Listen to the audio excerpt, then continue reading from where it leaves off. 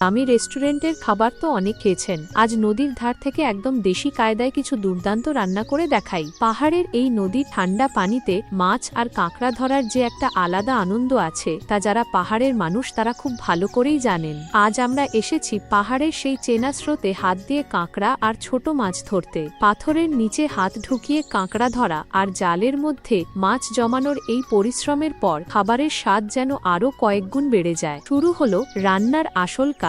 কাঁকড়াগুলোকে পরিষ্কার করে টুকরো করে নিলাম আর ওপর থেকে একটু ময়দা ছড়িয়ে দিলাম যাতে ভাজার পর দারুণ মুচমুচে হয়। কড়াইতে তেল গরম হতেই কাঁকড়া আর মাছগুলো ছেড়ে দিলাম, লালচে করে ভাজা হয়ে গেলে তুলে নিলাম। এরপর সেই তেলেই আদা, রসুন আর লাল মরিচের ঝালঝাল তড়কা দিলাম। ভাজা কাঁকড়াগুলো কড়াইতে দিয়ে ওপর থেকে প্রচুর পরিমাণে সবুজ পেঁয়াজ কুচি আর মশলা দিয়ে একটু নেড়ে নিলাম। বাস তৈরি আমাদের কাঁকড়া মাছের কড়কড়া চটপটি। সবশেষে গরম গরম এই খাবার আর বাড়ির বড়দের সাথে বসে খাওয়ার আনন্দই আলাদা। সারাদিনের খাটুনির পর তৃপ্তি করে খাওয়া এর চেয়ে বড় শান্তি আর কি হতে পারে। এবার আপনাদের পালা। পাহাড়ের এই সাদামাটা রান্নার আয়োজনটা কেমন লাগলো? আপনারাও কি কখনো এভাবে নদী থেকে ধরে কিছু রান্না করে খেয়েছেন? নিচে কমেন্ট করে অবশ্যই জানাবেন।